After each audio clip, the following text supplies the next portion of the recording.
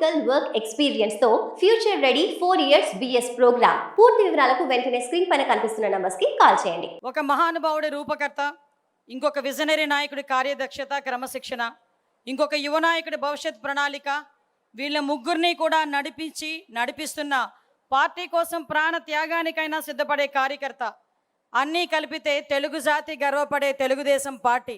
ఆ తెలుగుదేశం పార్టీ ఏటేటా జరుపుకునే ఈ మహానాడు నిజంగా ఒక పండుగ, ఒక జాతరనే చెప్పాలి. ఈ మహానాడు అనేది ఒక రాజకీయ సభ కాదు. ఈ మహానాడు అనేది ఒక బల ప్రదర్శన కాదు. ఈ మహానాడు అనేది తెలుగు జాతి గురించి పెట్టిన పార్టీకి దిశానిర్దేశం ఇచ్చుకొని ఈ రాష్ట్ర భవిష్యత్ ప్రణాళికను ఏ విధంగా తీసుకెళ్లాలని చెప్పడానికి ఉపయోగపడే ఒక సభ అని చెప్పి మనందరం కూడా తెలుసుకోవచ్చు. ఈ కార్యక్రమంలో తెలుగు జాతి ఉన్నంత వరకు తెలుగువారి గుండెల్లో ఉండే యుగ పురుషుడు అన్న నందమూరి తారక రామారావు గారికి పాదపద్మములకు నమస్కారాలు సమర్పిస్తూ ఈరోజు ఈ కార్యక్రమానికి నవ్యాంధ్ర శిల్పి, కోట్లాది ప్రజల ఆశాదీపం, ఒక విజనరీ నాయకుడు, ఆ రోజు ఎన్టీ రామారావు గారు ఆత్మవిశ్వాసంతో ఉండాలి, ఆత్మ గౌరవంతో ఉండాలి, ఢిల్లీ నడివీధుల్లో తెలుగు వాళ్ళు నిలబడేటట్టు చేయాలి అనుకుంటే అదే ఆత్మగౌరవాన్ని ముందుకు నడిపిస్తూ అదే ఆత్మవిశ్వాసంతో ఈరోజు ఢిల్లీ నడివీధుల్లోనే కాదండి, ప్రపంచం ఏ మూలకెళ్ళి జై తెలుగుదేశం అంటే నలుగురు బయటకు వస్తారు జై తెలుగుదేశం అని. ఆ రకంగా క్రియేట్ చేసిన గౌరవ విజనరీ నాయకుడు, మనందరి అభిమాన నాయకులు, జాతీయ పార్టీ అధ్యక్షులు నారా చంద్రబాబు నాయుడు గారికి, నిత్య విద్యార్థి నారా చంద్రబాబు నాయుడు గారికి, అదేవిధంగా నవశకానికి నాంది పలికిన వ్యక్తి. ఈరోజు ఈ మాట నేను పర్టికులర్గా చెప్పాలి. ఎందుకంటే జాతీయ వర్కింగ్ ప్రెసిడెంట్గా ఎన్నికైన తర్వాత మొట్టమొదటి మహానాడు చేస్తూ ఉంటే ఈరోజు నెల్లూరులో మహానాడు కొంచెం క్యాన్సిల్ అయింది. విజువల్గా మనందరం కూడా ఇలా ఈరోజు వర్చువల్గా చేయాలి అని అనుకునేటప్పుడు నేను కొంచెం బాధపడ్డా. అయ్యో, ఫస్ట్ టైం లోకేష్ బాబు గారు వర్కింగ్ ప్రెసిడెంట్ అయిన తర్వాత మహానాడు చెప్పుకుంటున్నామే, ఈరోజు ఇలా అయింది ఏంటి అనుకుంటే దానికి 10 కాదు 20 ఈరోజు మహానాడు రాష్ట్ర వ్యాప్తంగా 14 లక్షల మంది తెలుగుదేశం పార్టీ కుటుంబ సభ్యుల మధ్యలో జరుగుతుందంటే లోకేష్ బాబు గారు వెరీ బ్లెస్డ్ అని చెప్పి మనందరం కూడా తెలుసుకోవాలి. మనందరికీ కూడా తెలుస్తుంది. యువగలం అధినేత, ఎంతోమంది యువకుల తాలూకా తన గలాన్ని తన గలంగా ముందుకు నడిపిస్తున్న యువ నాయకుడు నారా లోకేష్ గారికి ప్రత్యేకంగా నేను ధన్యవాదాలు తెలియజేసుకుంటూ ఈరోజు హైబ్రిడ్ విధానంలో ఈ స్క్రీన్ల ముందు కూర్చున్న ఎంతోమంది తెలుగుదేశం పార్టీ కుటుంబ సభ్యులందరికీ కూడా 14 లక్షలు 15 లక్షల మంది కుటుంబ సభ్యులకి ఈరోజు ఇక్కడే ఉన్న పెద్ద నాయకులందరికీ కూడా మరొక్కసారి ధన్యవాదాలు తెలియజేసుకుంటున్నా. ఈ వేదిక సాక్షిగా అత్యంత ప్రాధాన్యత కలిగిన రాజకీయ తీర్మానంలో బలపరిచే అవకాశం, ఒక సామాన్య కార్యకర్తని అనుకునే చెప్పే కానీ ఒక సామాన్య టీచర్ని, ఒక సామాన్య కార్యకర్తని, ఎక్కడో వెనకాతల ఎటువంటి రాజకీయ నేపథ్యం లేదు, వెనకాతలు ఎక్కడ ఆర్థిక బలం లేదు, అంగబలం లేదు, కేవలం ఒక టీచర్ ఏం చదువుకున్నావమ్మా అని ఆ రోజు రాజకీయాలకు తీసుకొచ్చి ఈరోజు హోమ్ మినిస్టర్ స్థాయిలో నుంచోబెట్టమే కాకుండా అత్యంత ప్రాధాన్యత రాజకీయ తీర్మానంలో బలపరిచే అవకాశం ఇచ్చినందుకు తెలుగుదేశం పార్టీ కార్యకర్తలకే కాదు నాయకుడికి పాదాభివందనం చేసుకుంటూ ఈ అవకాశంలో మీ అందరికీ కూడా తెలియాలి. ఈరోజు ఒక భావోద్వేగం మహానాడు పండుగ అంటేనే. మహానాడు పండుగ ఈరోజు మనం ఏసీ రూమ్లో కూర్చొని మాట్లాడాం, కానీ ఇంతకుముందు మహానాడు పండుగ అంటే కిలోమీటర్ నడవటానికి తుండిగుడ్డలు, పసుపు గుడ్డలు, చేతులు చవటలు తుడుచుకుంటూ వచ్చిన సందర్భాలు మనం మర్చిపోలే. ఈరోజు అక్కడ ఏం భోజనాలు పెడతారో భోజనాల గురించి మేము రాలేదు. మండు టెండర్లు, రోహిణీ కార్తెలు అంటే బండరాయలు కూడా పగిలిపోయి ఎండలో సైతం మహిళలు కూడా పుట్టింటికి వచ్చామని ఆనందంలో తీసుకొచ్చే పరిస్థితిని కూడా చాలా సందర్భాల్లో మనం చూసిన సందర్భం. అటువంటి మహానాడు ఈరోజు మహిళలకు అంకితం చేసిన ఘనత కలిగిన నా నాయకుడు నారా చంద్రబాబు నాయుడు గారికి ఆంధ్రప్రదేశ్లోనే కాదు తెలుగు మహిళలందరి తరపున నేను ధన్యవాదాలు, నమస్కారాలు తెలియజేసుకోవాలి. ఈరోజు మహానాడు తెలుగు మహిళలకు అంకితం చేస్తున్నామని చెప్పాం, కానీ ఆ రోజు నందమూరి తారక రామారావు గారు పార్టీ పెట్టినప్పుడే ఆ రోజు నుంచి ఈ రోజు వరకు మహిళలకి ప్రాధాన్యత కలిగించిన వ్యక్తి. ఆ రోజు మహిళలకి ఆ రోజు మనందరికీ తెలుసు, ఆస్తుల సమాన వాటా హక్కు ఇవ్వాలి అని చెప్పి పుట్టింటిలోనే కాదు అత్తింటిలోనే కూడా గౌరవం పెంచిన ఘనత తెలుగుదేశం పార్టీది. ఆ రోజు పద్మావతి యూనివర్సిటీ ద్వారా మహిళలను విద్యకు దగ్గరగా చేయాలి అనుకోవడం, కానీ రాజకీయాలకు ఎక్కడో వంటింటి కుందేలుగా ఉండే మహిళలను బయటకు తీసుకొచ్చి రాజకీయాలుగా ముందుకు తీసుకెళ్లాలని చెప్పి ఆ రోజు స్థానిక సంస్థల ఎలక్షన్స్లో రిజర్వేషన్లు కల్పించడం, కానీ మళ్ళీ తిరిగి ఈరోజు చట్టసభలలో సైతం 33% రిజర్వేషన్ని ఎవరు కల్పించకపోయినా దేశం మొత్తంలో మొట్టమొదటిసారిగా మహిళలకు అవకాశం ఇస్తున్న ఏకైకమైన పార్టీ ఏదైనా ఉందంటే అది మన తెలుగుదేశం పార్టీ. విమర్శకులకు ఒకటే హెచ్చరిస్తున్నా, విమర్శకులకి సవాల్ ఇస్తున్నా, మహిళల ఓట్ల బ్యాంకుతో గెలిచేము, మహిళా సాధికారత సాధిస్తామనుకున్న ప్రతి ఒక్క పార్టీ కూడా ఎస్, మా బాటలోకి రండి, మా బాటలో అనుసరించి మీ సత్తా ఏంటో చూపించే పరిస్థితి రావాలని చెప్పి నేను కోరుకుంటున్నా. మీ అందరికీ తెలుసు, ఆ రోజు మున్సిపల్ కర్ణాల వ్యవస్థల నుంచి ఆ రోజు బయటకు తీసుకొచ్చి మాండలిక వ్యవస్థల నుంచి ముందుకు తీసుకొచ్చి ఆ రోజు గ్రామీణ వ్యవస్థ నుంచి కూడా రాజకీయాలు పరిచయం చేసిన ఘనత, ఆ రోజు 2 రూపాయలకి కిలో బియ్యం ఇచ్చిన, ఆ రోజు పెన్షన్లు ప్రవేశపెట్టిన, జనతా వస్త్రాలు ఇచ్చిన, హౌస్ స్కీమ్ ఇచ్చిన, ఈ రాష్ట్రంలో మొట్టమొదటిగా సంక్షేమం అన్నది అలవాటు చేసిన, సంక్షేమం అన్నది చూపించినా కూడా మొట్టమొదటి పార్టీ తెలుగుదేశం పార్టీ. అటువంటి 44 సంవత్సరాల చరిత్ర గల తెలుగుదేశం పార్టీ ఎన్నో ఆటుపోట్లు ఎదుర్కొంది, ఎన్నో అవమానాలు ఎదుర్కొంది. కానీ ఏ రోజైతే అదే లెగసీని ముందుకు తీసుకెళ్ళడానికి తన భుజ స్కంధాల మీద ఈ తెలుగుదేశం పార్టీని వేసుకున్నాడు ఈ మహానుభావుడు చంద్రబాబు నాయుడు గారు. ఎన్నో అవమానాలు పడ్డారు, ఎంతో మంది ఎన్నో మాటలు పడ్డారు, అయినా కూడా ఎక్కడ కొంచెం చెక్కు చెదరలే. ఈరోజు నన్ను నమ్ముకొని కొన్ని వేల కోట్ల మంది, కొన్ని కోట్ల మంది కార్యకర్తలు ఉన్నారు. ఆ కార్యకర్తలకి న్యాయం జరగాలి, ఈరోజు మన రాష్ట్రాన్ని బాగు చేయాలి అని 1995లో ఆయన మనకు ముఖ్యమంత్రి అయిన తర్వాత సుమారుగా 2004 వరకు ఆయన తీసుకున్న సంస్కరణలు చూస్తే నిజంగానే తమ్ముడు ఇంత మొన్న ఆది అన్నాడు ఎన్నో సినిమాలు తీయచ్చు, అందులో సినిమాలు తీశారు కూడా. ఆ రోజు ఉమ్మడి ఆంధ్రప్రదేశ్లో విజన్ 2020 విజన్ పెట్టారు. నేను చెప్పానప్పుడు నేను చదువుకుంటున్నాను సార్, మీ 2020 విజన్ టైంలో మీ 2047 విజన్కి మీ మంత్రివర్గంలో నేను ఒక మంత్రిగా ఉన్నాను సార్, అదే నా అదృష్టం అని చాలా సందర్భాల్లో సార్కి చెప్పా. జన్మభూమి కార్యక్రమం అన్నారు, క్లీన్ అండ్ గ్రీన్ అన్నారు, ఇంకుడు గుంతలు అన్నారు, డ్రిప్ ఇరిగేషన్ అన్నారు, విద్యుత్ రంగంలో సంస్కరణలు తీసుకొచ్చారు, ఐటీకి ప్రోత్సాహం ఇచ్చారు.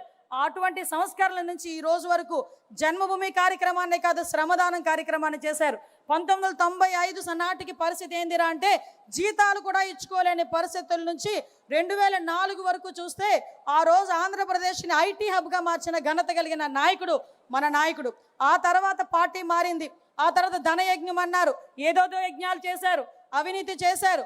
ఆఖరికి 2014 సరికి మళ్ళా మొత్తం భ్రష్టు పట్టించి మళ్ళా తిరిగి తీసుకొచ్చి దానికి యాడ్ అయింది రాష్ట్ర విభజన. అటువంటి రాష్ట్ర విభజన యాడ్ అయిన తర్వాత అటువంటి సందర్భంలో ఈ రాష్ట్రాన్ని బాగు చేయగలిగే ఏకైక నాయకుడు చంద్రబాబు నాయుడు గారిని తలచిన ఆంధ్రప్రదేశ్ రాష్ట్ర ప్రజలు మళ్ళీ తిరిగి ఒక పట్టం కడితే ఆ రోజు కిరీటం అనుకోలే, ముళ్ళ కిరీటంలా భావించిన పరిస్థితి. అదొక ముళ్ళ కుర్చీ. ఎందుకంటే 16,000 కోట్ల రూపాయల లోటు బడ్జెట్ ఒకవైపు అయితే, ఒకవైపు నుంచి జనాభా ఎక్కువ, ఎక్కడ వనరులు ఉన్నాయో తెలియదు, కూర్చోడానికి కుర్చీ లేదు, చెప్పుకోవడానికి రాజధాని లేదు, ఏం చేయాలో తెలియని పరిస్థితుల్లో, ఎటువైపు వెళ్ళాలో తెలియని పరిస్థితిలో ఆ దార్శనికత కలిగిన నాయకుడు తాలూకా నాయకత్వం, ఆ విజనరీ నాయకుడు తాలూకా నాయకత్వం మనకి ఆ రోజే ఒక అమరావతిని తీసుకొచ్చి పెట్టింది, ఆ రోజే ఒక పోలవరానికి తీసుకొచ్చి పెట్టింది, ఆ రోజే పోలవరం కూడా ముందుకెళ్ళిన పరిస్థితి కనిపించింది.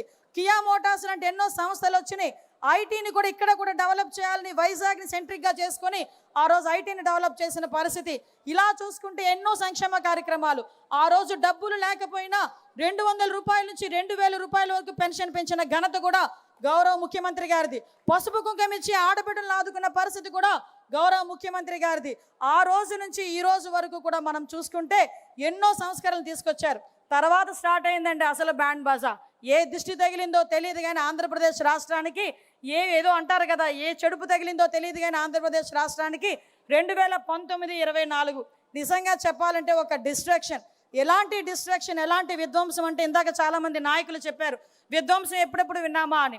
కానీ ఏ రోజైనా 2014లో సీఎంగా ముఖ్యమంత్రి చంద్రబాబు నాయుడు గారు సంతకం పెట్టేది పెన్షన్ల సంతకం పెట్టారు. 2024లో కూడా మొట్టమొదటి సంతకం మెగా డిఎస్సీ మీద, అదేవిధంగా ల్యాండ్ టైటిలింగ్ యాక్ట్ మీద, అదేవిధంగా మన పెన్షన్స్ మీద పెడితే ఈ మహానుభావుడు గొడ్డలిపాటి నాయకుడు ఆ రోజు ప్రమాణ స్వీకారం చేసిన తర్వాత అతను చేసిన మొట్టమొదటి పని ఏందిరా అంటే ప్రజావేదికని కూల్చడం. ఎంత సైకో కాకపోతే అదే ప్రజావేదికలో కూర్చుంటాడంట, అదే ప్రజావేదికలో ఐఏఎస్ ఆఫీసర్లతో మీటింగ్ పెడతాడంట, బయటకు వచ్చి దీన్ని కూల్చేయండి అని చెప్పాడంటే ఆ రోజు నుంచి సైకో పరిపాలన కొనసాగింది అని చెప్పడానికి అది మొట్టమొదటి ఉదాహరణగా మనం భావించవచ్చు. ఆ రోజు మొదలైన విధ్వంసం మన చంద్రబాబు నాయుడు గారి ఇంటి దగ్గర తాళ్ళతో గేట్లు కట్టారు. ఆ రోజు మేమందరం కూడా ప్రత్యక్ష సాక్షులమే. మన చంద్రబాబు నాయుడు గారు ఏదైనా విషయం మీద పోరాటం చేయడానికి మన సీఎం గారు వెళ్తే ఆఖరికి ఎందుకు ఇవన్నీ గుర్తు చేస్తాడు, గుర్తు చేయాలి, మనం మర్చిపోకూడదు. మనం పడిన గాయాల్ని, మనం పడిన దెబ్బల్ని మనం మర్చిపోతే ముందుకెళ్ళలే. ఇది నా నాయకుడు నాకు చెప్పిన నీతి. కాబట్టి మీ అందరికీ కూడా ఈరోజు చెప్పాలనే ఉద్దేశంతోనే చెప్తున్నా. ఒక 5 నిమిషాలు టైం తీసుకొనైనా. ఎందుకు చెప్తున్నానంటే, ఆ రోజు కట్టిక నేల మీద ఎయిర్పోర్ట్లో ఎన్నో సందర్భాల్లో కూర్చున్న ప్రత్యక్ష సాక్షులు మేము ఇక్కడ ఉన్న వాళ్ళందరం కూడా అదే రోజు ఎన్నో అవమానాలు పడ్డారు. ఎంతోమంది నాయకులను జైల్లో పెట్టారు. ఎంతోమంది నాయకులు ఇళ్ళ దగ్గరికి వెళ్ళి కూల్చేశారు. ఆ రోజు పరదాలు ఉన్నాయి, చెట్లు కొట్టే పరిస్థితులు, ప్రివెంటివ్ అరెస్టులు, హౌస్ అరెస్టులు, ఎట్టు చూసినా గగ్గోలు. అమరావతి కావాలని రోడ్డు మీదకి వస్తే ఆడబిడ్డల్ని బూటికాలతో తన్నిన సందర్భాలు. ఇది ఏంటి తప్పు అంటే మాస్క్ అడిగిన పాపానికి సుధాకర్ని పిచ్చోడిని చేసిన సందర్భాలు. ఇది ఏంది అని అడిగితే డ్రైవర్ సుబ్రహ్మణ్యాన్ని చంపి డోర్ డెలివరీ చేసిన సందర్భాలు. వీటన్నిటి గురించి పోరాటం చేస్తున్నామంటే మాలాంటి వాళ్ళ మీద కూడా అట్రాసిటీ కేసులు పెట్టిన సందర్భాలు. అటువంటి సందర్భంలో నిజంగా ఒక్కగానొక్క కొడుకు ఈ సందర్భంలో నేను నారా భువనమ్మకి నేను థ్యాంక్స్ చెప్పాలి. ఎందుకంటే ఏ తల్లి చెయ్యని ఆ రోజు ధైర్యం ఆ తల్లి చేసింది ఈ రాష్ట్ర ప్రజల గురించి. ఏమండి, ఆ కుటుంబం ఎప్పుడు ఈ రాష్ట్ర ప్రజలకు అంకితం అయిపోవడమేనా? ఆ రోజు నేను భయపడ్డా. అదే యువగలం పేరిట యువత తాలూకా గలాన్ని ముందుకు తీసుకొని ముందుకు నడుస్తూ ఉంటే ఎన్ని మాటలన్నారండి. చేతిలో మైక్ లాక్కున్నారు, నుంచున్న స్టూల్ లాక్కున్నారు, వేసిన స్టేజ్ లాక్కున్నారు, బయటకు వస్తే కరెంటు తీసేశారు, ఒక సరైన ప్రొటెక్షన్ ఇవ్వలేదు, రాళ్ళు ఇసిరేవాళ్ళు, గుడ్లు ఇసిరేవాళ్ళు. అయినా అన్నిటికీ తట్టుకున్నాడు ఆ పెద్ద మనిషి. నిజంగా పెద్ద మనిషి అనాలి. ఎందుకంటే నేను నాకన్నా చిన్నోడైనా పెద్ద మనిషి అనాలి. ఆ రోజు ఈ రాష్ట్ర భవిష్యత్తు గురించి. ఆ రోజు అతనికి అధికారం కొత్త ఏం కాదు. తాత సీఎం, నాన్న సీఎం, ఆఖరికి ఆయన అప్పటికి మంత్రి పదవి చేసిన వ్యక్తి అయినప్పటికీ కూడా ఈ రాష్ట్ర యువత గురించి నేను ముందుకు రావాలి అని చెప్పుకొని వచ్చారు. ఈ రోజు రెడ్ బుక్ అని మాట్లాడుతున్నారు. నీకులాగా గొడ్డళ్ళు చేతిలో పెట్టి కత్తులు చేతిలో పెట్టి యువకులను ముందుకు నడిపించే పార్టీ మాది కాదు. ఆ రోజు నుంచి ఈ రోజు వరకు అతని చేతిలో రాజ్యాంగం ఉంది. ఆ రాజ్యాంగాన్ని పట్టుకునే పాదయాత్ర చేశాడు. ఈ రాజ్యాంగానికి అనుగుణంగా నేను పాదయాత్ర చేస్తున్నా, ఈ రాజ్యాంగానికి అనుగుణంగా నేను పరిపాలన చేస్తామని చెప్పి ఆ రోజు ప్రజల నమ్మకాన్ని చూరగొని ఈ రోజు ఈ కుర్చీలో కూర్చున్న సందర్భాన్ని కూడా మేమందరం చెప్పాలి. ఈరోజు అటువంటి సందర్భంలో ఈరోజు మనందరం చూసాం. అధికారం ఉన్నంత వరకు ఒకలాగా ఉంటుంది, అధికారం పోయిన తర్వాత ఒకలా ఉంటుంది. మా అన్నయ్యతో అన్నయ్య ఎందుకన్నారంటారా? గొడ్డలి పార్టీ. ఎందుకంటే కొంతమంది ఎట్టకారంగా కూడా అనొచ్చు. ఎందుకంటే మీరందరూ కూడా ఒకసారి మనం ఆలోచన చేసుకుంటే ఈరోజు ఒక పక్క నుంచి 2024లో ఎటువంటి పరిస్థితులు ఆంధ్రప్రదేశ్ రాష్ట్రం మనలందరినీ ఎన్నుకుందో మనకు తెలుసు. ఎక్కడెక్కడ విదేశాల నుంచి వచ్చిన వాళ్ళు కూడా ఓటేయడానికి ఖండాంతరాలు దాటి సప్త సముద్రాలు దాటి ఇక్కడికి వచ్చి ఓటేసి వెళ్ళారంటేనే ఆ రోజు తెలిసింది మన నాయకుడి తాలూకా సత్తా ఏంటో ఈ ప్రపంచానికి, కూటమి తాలూకా సత్తా ఏంటో ఆ రోజు తెలిసింది. ఆ రోజు వచ్చిన తర్వాత నుంచి చిన్న కంపారిజన్ చెప్పాలి. ఆ రోజు ఒక దళితుడిని డోర్ డెలివరీ చేసి చంపేసి డోర్ డెలివరీ చేస్తే అదే చంపిన వాడిని ఇంట్లో పెట్టుకొని కౌన్సిల్కి పంపించి ఈ రోజుకి కూడా రక్షించే ప్రయత్నం చేస్తే నా నాయకుడు, మనందరి నాయకుడు P4 విధానంలో బంగారు కుటుంబాలను తయారు చేయాలని మార్గదర్శులతో కూడా వెళ్ళి ఆ దళిత కుటుంబంలోని తాలూకా విధి విధానాలు ఎలా ఉన్నాయి చూడటానికని వెళ్ళి అదే దళిత కుటుంబం వంటగదిలోకి వెళ్ళి టీ పెట్టి ఆ కుటుంబానికి ఇచ్చి తను కూడా వాళ్ళతో తాగిన నాయకుడు ఎవరైనా ఉన్నారా? నేను ఈరోజు ఛాలెంజ్ చేసి అడుగుతున్నా, అటువంటి నాయకుడు ఎవరైనా ఉన్నారా? నా అదృష్టం ఏంటో చెప్పనా, సార్ పెట్టిన టీ నేను కూడా తాగాను. ఆ రోజు నేను కూడా సార్ మీటింగ్లో ఉన్నా. ఆ రోజు నేను అన్నా, సార్ మీరు టీ ఎప్పుడైనా బోనముకి పెట్టించారో లేదో కానీ మా అందరికీ పెట్టారు, నిజంగా మేము అందరం అదృష్టవంతులం సార్ అని. అటువంటి నాయకుడు అండి నా నాయకుడు. ఏం మాట్లాడతావయ్యా జగన్మోహన్ రెడ్డి, నువ్వు అక్కడెక్కడో కూర్చొని ఏం రాజకీయాలు చేస్తావయ్యా? నీ రాజకీయం ఎలా ఉంటుందో చెప్పనా? బాపట్లలో వరదలు వచ్చి రైతులందరూ కూడా నష్టపోయారంటే వరి కంకులు మునిగిపోయి మనమైతే ఏం చేస్తామండి, ప్యాంటు సగానికి మడత పెట్టేస్తాం. మా సార్ అయితే అది మడత కూడా పెట్టరు, దిగిపోతారు, ఆ బురదలోకే దిగిపోయి ఏం జరిగిందని చూసుకొని దగ్గరికి వెళ్ళి రైతు భుజం మీద చేసి మాట్లాడొస్తారు. కానీ మనాడు హైటెక్ కదా, మనాడు ఏం చేశాడంటే అంతవరకు రెడ్ కార్పెట్ వేసుకున్నాడు. రెడ్ కార్పెట్ మీద వెళ్తే ఇక్కడెక్కడో ఈయన ఉంటాడు, అక్కడెక్కడో రైతు ఆ కంకిలు తీసి ఇలా చూపిస్తుంటాడు అన్నమాట. అప్పుడు ఆయన అది చూసి అది డ్రోన్ షాట్లు వేస్తారు, అది చూసి ఈయన అనుకుంటాడు అనమాట. బుడమేరుకి నేను ప్రత్యక్ష సాక్షిని. బుడమేరు వచ్చినప్పుడు సుమారుగా వారం రోజుల పాటు ఎక్కడ తిన్నారో, ఎక్కడ పడుకున్నారో, ఎక్కడ రెస్ట్ తీసుకున్నారో తెలియదు. తెల్లవారుజాము 4 గంటలకి ఆ రోజు బుడమేరు వచ్చిన రోజు నన్ను చూసి సార్ అన్నారు, అమ్మ అనితే వెళ్ళి పడుకో అని. టైం చూసా 4 అయింది, పర్లేదు లేండి సార్ వెళ్దామండి అన్నాం. మళ్ళీ అట్నుంచి వచ్చారు 6 అయింది. 6 గంటలకి అధికారులందరినీ కూర్చోబెట్టి రివ్యూ చేస్తున్నారు. రివ్యూ చేస్తే సడన్గా సార్ అన్నారు, సార్ టైం చూసుకోవాలి 6 గంటలని. సడన్గా ఎలా చూసి అన్నారు 7 గంటలకు అందరం 6:30కి అందరం కలుద్దామా అన్నారు. కార్తికేయ మిశ్రా గారు కూడా ఆ రోజు ఐఏఎస్ ఆఫీసర్ ఉన్నారు. ఇలా చూసి ఇంకెందుకు సార్ ఇక్కడే ఉండిపోతాం సార్, మీరు వెళ్ళి కాసేపు రెస్ట్ తీసుకొని రండి సార్ అన్నారు. అప్పటి వరకు మేము కూడా టైం చూడలే. అప్పుడు టైం 6. అంటే ఆ రోజు డే మొదలుకొని నెక్స్ట్ డే వరకు కూడా నీటిలోకి దిగారు, నీటిలో చూశారు, బురదలోకి దిగారు. ఆఖరికి మళ్ళా తిరిగి ఒక సామాన్యమైన పరిస్థితి వచ్చినంత వరకు కూడా ఆ ప్లేస్ని వదిలి కూడా రాలేదు. అది నా నాయకత్వం అంటే. ఏం మాట్లాడతాడు ఈరోజు కూర్చొని? ఈరోజు మనం అధికారంలో ఉంటేనే నాయకత్వం చేయడం కాదు. ఈరోజు సార్ సిద్ధాంతం ఎలా ఉంటుందంటే, అధికారం కోల్పోయినప్పుడు బాధపడడం కాదు, అధికారం లేకపోయినా అధికారం ఉన్నా కూడా పేదవాడికి సేవ చేసి లేకపోయినప్పుడు ఆయన బాధపడే తత్వం ఉన్న నాయకుడు. కాబట్టి అధికారం ఉన్నా లేకపోయినా నేను ప్రజల పక్షాన పోరాడతాను అని చెప్పి ఆ రోజు నుంచి ఈ రోజు వరకు కూడా పోరాటం చేస్తూనే ఉన్నారు. ఎందుకు చెప్తున్నానంటే మళ్ళా వాళ్ళు తిరిగి మొదలు పెట్టారు. మొన్నటి వరకు ఎలక్షన్ ముందు వరకు వివేకానంద రెడ్డి హత్య చంద్రబాబు నాయుడు గారు చేయించారని నారాసుర రక్త చరిత్రాన్ని ఒక గొడ్డలు పెట్టారు. ఈ 5 సంవత్సరాలు అతగాడే కదండి సీఎం, అతగాడే కదా 5 సంవత్సరాలు సీఎం. 19 నుంచి 24 వరకు వాళ్ళ బాబాయ్ చనిపోయిన తర్వాత 5 సంవత్సరాల వరకు. మరి ఆ రోజు ఏం చేశారండి అని అడుగుతుంది నేను కదండి బాబోయ్, వాళ్ళ చెల్లెళ్ళు అడుగుతున్నారు. ఆ సునీతమ్మన ఆ పక్కనున్న బాబు ఆవిడ షర్మిలమ్మ అడుగుతున్నారు. కనీసం ఆ రోజు మాట్లాడకుండా మళ్ళీ ఈ రోజు నిన్న మొన్న బయటకు వచ్చి చంద్రబాబు నాయుడు గారే చేశారంట.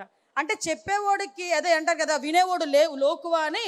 ఈరోజు మేము ప్రజలు వింటున్నారు అనుకొని నోటుకు వచ్చినట్టు చెప్పే సందర్భాలు. నేను ఒకటే చెప్తున్నా, ఇక్కడ చాలామంది కొన్ని లక్షల మంది తెలుగుదేశం పార్టీ కార్యకర్తలు కూర్చున్నారు, కొన్ని లక్షల మంది తెలుగుదేశం పార్టీ కార్యకర్తలు వింటున్నారు మన దిశానిర్దేశం. ఈరోజు ఎంతో కష్టపడి ఇంకో 2028కి అనుకుంటా సార్కి 50 సంవత్సరాలు పూర్తయితే రాజకీయంగా ఒక నాయకుడిని చూశానండి నేను, నిజంగా ఏకైక నాయకుడిని చూశాను. ఈరోజు నా సీక్రెట్లు ఎవరికైనా చెప్తే నాయకుడి కింద ఎదుగుతాడేమో అనుకుని భయపడే నాయకుల్ని కూడా నేను చూశాను. కానీ 50 సంవత్సరాలుగా ఆయన అక్కడ ఇంచుమించుగా 50 సంవత్సరాలు రాబోతున్న రాజకీయ చరిత్ర కలిగిన నాయకుడిగా మమ్మల్ని కూర్చోబెట్టి, మా మంత్రుల్ని కూర్చోబెట్టి ఏం చెప్తారో తెలుసా? నేర్చుకోండి అయ్యా, నేను చెప్తాను, చాలా చెప్తాను, మీకు వినే ఓపిక ఉంటే నేను చెప్పడానికి సిద్ధంగా ఉన్నా, మీరు రాజకీయం నేర్చుకోండి, అడ్మినిస్ట్రేటివ్ నేర్చుకోండి అని చెప్పి మాకు లాంటి వాళ్ళందరినీ కూడా సింగపూర్ పంపిస్తే అది కూడా వాళ్ళకి వేరే రకంగా ఆలోచించుకున్నారు. సింగపూర్ పంపించి ఈరోజు బయటకు వచ్చిన తర్వాత మేము అందరూ అనుకున్నారు సింగపూర్ విహారయాత్ర అని. కాదండి, విజ్ఞాన యాత్ర అండి సింగపూర్. మాకు మార్నింగ్ 9:30కి మీకు స్కూల్లో, నేను చాలామంది మా నారాయణ గారు ఎక్కడ చూస్తున్నారు, ఆయన 9:30కి ఎలాగైతే స్కూల్ బస్ ఎక్కిస్తారో మేము కూడా అలాగే ఎక్కాం నారాయణ గారితో పాటు. నారాయణ గారు కూడా ఆ రోజు 9:30కి స్కూల్ బస్ ఎక్కినట్టుగా కారు ఎక్కాం. ఎక్కి ఈవినింగ్ 7, ఒక్కొక్కసారి 7:30 కూడా ఎక్కిన సందర్భాలు కూడా ఉన్నాయి. అటు నుంచి 7 o'clock తీసుకొచ్చి పడేసేవారు మమ్మల్ని. Of course it's a wonder. నిజంగా అలాంటి చోట నేర్చుకోవాలి. ఎందుకు చంద్రబాబు నాయుడు గారు నేర్చుకోమంటారని చెప్పడానికి అదొక ఉదాహరణ. ఇలాంటి నాయకుడు ఉన్న తర్వాత, ఇలాంటి వ్యక్తిత్వం ఉన్న తర్వాత ఇంకొకటి చెప్పి నేను ముగిస్తానండి. ఎందుకంటే మత్స్యకార భరోసా కింద మొన్న రీసెంట్గా చంద్రబాబు నాయుడు గారు ఒక ఇంటికి వెళ్ళారు. నిజంగా వెళ్ళాలనుకుంటే ఈ ఊర్లో కూర్చొని బటన్ నొక్కొచ్చు. ఎందుకంటే అతగాడు ఇంతకుముందు బటన్ నొక్కేవాడు బయటకు వెళ్ళాడంటే పరదాలు కట్టాలి, లేకపోతే చెట్లు నరకాలి, ఇంచుమించు 5,000 మంది పహారా ఉండాలి, గంతకాలు తవ్వాలి. నిన్నే చెప్పారు సార్, గంతకాలు తవ్వేవారంట చుట్టూను. నల్ల చున్ని వేసుకోకూడదు, నల్ల బుట్టు పెట్టుకోకూడదు, నల్ల రిబ్బన్ కట్టుకోకూడదు, అతగాడు అన్ని ఆంక్షలు ఉండేవి. కానీ మన నాయకుడు ఏం చేస్తున్నారంటే, ఒక సంక్షేమ పథకం ఇవ్వాలంటే నేరుగా వాళ్ళ ఇంటికి వెళ్ళి కూర్చుంటున్నారు. వాళ్ళ ఇంటికి వెళ్ళి ఉండడమే కాకుండా వాళ్ళు చేపలు ఎలా కొంటున్నారు, ఎలా అమ్ముతున్నారు, జీవన విధానాలు తెలుసుకొని ఆయన వాళ్ళతో పాటు, నేను ఎందుకు ఇది మెన్షన్ చేస్తున్నానంటే వాళ్ళతో పాటు కింద కూర్చొని భోజనం చేశారు. కొంతమంది నాయకులు ఉంటారండి, కొబ్బరికాయ కొట్టాలంటే పంతులు వెళ్ళి రాయి ఎత్తారు పైకి. కొబ్బరికాయ కొట్టాలంటే పంతులు రాయి ఎత్తితే అప్పుడు కొబ్బరికాయ కొడతాడు. అలాంటి వాళ్ళు కూడా ఇతని తాలూకు వయసు గురించి మాట్లాడుతున్నారంటే ఇంక సిగ్గుందా అని అడుగుతున్నాను ఈరోజు. అటువంటి ఒక సైకో గొడ్డలి పార్టీ నాయకులు మళ్ళా బయటికి రావడానికి, కళ్ళబొల్లి బాటలు బయటికి రావడానికి ప్రయత్నం చేస్తున్నారు. నేను ఒకటే చెప్పబోతున్నా ఈరోజు ఒకటే చెప్పబోతున్నా. మన నాయకులందరూ ఉన్నారు, కార్యకర్తలు ఎలాంటి వాళ్ళు మనకు తెలుసు. ఈరోజు గౌరవ నారా లోకేష్ గారు ఈరోజు ఎన్నో కంపెనీలు తీసుకొచ్చి, ఇంకొక విషయం చెప్పాలి, మన సాధారణంగా మన ఇంట్లోనే జెన్ ఆల్ఫా జనరేషన్స్ అన్నీ ఉన్నాయి. వాళ్ళకి అర్థం కానిది ఏంటంటే, మా జనరేషన్కి ఉద్యోగాలు ఇచ్చింది ఆయనే, ఇప్పుడున్న జనరేషన్కి ఉద్యోగాలు ఇస్తున్నది ఆయనే, జెన్ ఆల్ఫాకి కూడా ఉద్యోగాలు ఇవ్వబోయేది ఆయనే. దానికి సంబంధించిన కార్యాచరణ 2047 వరకు చేతిలో పట్టుకొని తిరుగుతున్నారండి ఈయన. ఇలాంటి వ్యక్తులు ఉన్నంత వరకు జెన్ ఆల్ఫా కాదు కదా, జెన్జీస్ కాదు కదా, ఎవరైనా చదువుకుంటే చాలు మీ ఇంటికి ఉద్యోగాలు తీసుకొచ్చే స్థాయికి మేము తీసుకొస్తామని గౌరవ నారా లోకేష్ గారు ముందుకొచ్చి చెప్పే సందర్భాలు కూడా ఉన్నాయి. ఇంకా 28 సెకండ్లు ఉంది సార్. ఇంకొక విషయం కూడా చెప్తున్నాను సార్, నారా లోకేష్ గారు తీసుకొస్తున్న ఐటీ కంపెనీలకి ఇంతకుముందు మేము చదువుకునేటప్పుడు ఉద్యోగాల గురించి మేము వెయిట్ చేసేవాళ్ళవి, కానీ ఇప్పుడున్న జనరేషన్ ఏం అదృష్టవంతులయ్యా, ఉద్యోగాలు మీ గురించి వెయిట్ చేస్తున్నాయి. That is Gen Zs. నిజంగా చెప్పాలంటే అదృష్టవంతులు అని చెప్పి ఈరోజు చెప్పాలి. అటువంటి నాయకులు ఉన్న చోట, అటువంటి నాయకత్వం పనిచేస్తున్న చోట దీన్ని నిలబెట్టుకోవాల్సిన అవసరం ఉంది, దీన్ని సస్టైన్ చేయాల్సిన అవసరం ఉంది. మన రాష్ట్రం బాగుపడాలన్నా, మన కుటుంబాలు బాగుపడాలన్నా, మన విలువలు పెరగాలన్నా, మనం గౌరవంగా బతకాలన్నా ఈ ఎన్డీఏ కూటమి గవర్నమెంట్ ఈరోజు ముందుకెళ్లాల్సిన అవసరం ఉంది. ఇంకో 15 సంవత్సరాలు కాదు, 20 సంవత్సరాలైనా ఇదే గవర్నమెంట్ ముందుకెళ్తేనే 2047 నాటికి ప్రపంచంలోనే మొదటి స్థానంలో ఆంధ్రప్రదేశ్ ఉంటుంది అని రాసి పెట్టుకోమని ఈ మహానాడు సాక్షిగా చెప్తున్నా. దీనికి ప్రతి ఒక్క కార్యకర్త కూడా ముందుకు రావాలి. ఇప్పుడు జరిగే ప్రతి ఎలక్షన్ మనదై ఉండాలి. ఇందాక చంద్రబాబు నాయుడు గారు వీడియో ఒకటి వేస్తున్నప్పుడు చంద్రబాబు నాయుడు గారు నేను అని చెప్పినప్పుడు ఇక్కడ ఉన్న వాళ్ళందరం కూడా క్లాప్స్ కొట్టాం. ఆ మాట పదే పదే పదే పదే వినాలి అని చెప్పి ఇక్కడ సంకల్పం తీసుకొని వెళ్దాం. ఆయన ఎవరేం చేయగలరండి? 24 క్లైమోర్ మైన్స్ ఏం చేయలేకపోయినాయి. ఆయన దృఢ సంకల్పం అలాంటిది, అతని తాలూకా తపన అలాంటిది. మనకి ఏదైనా మంచి చేయాలని తపన, అటువంటి తపన కలిగిన నాయకుడు, తపన కలిగిన యువ నాయకుడు సారథ్యంలో ఈరోజు మనందరం పనిచేస్తున్నాం.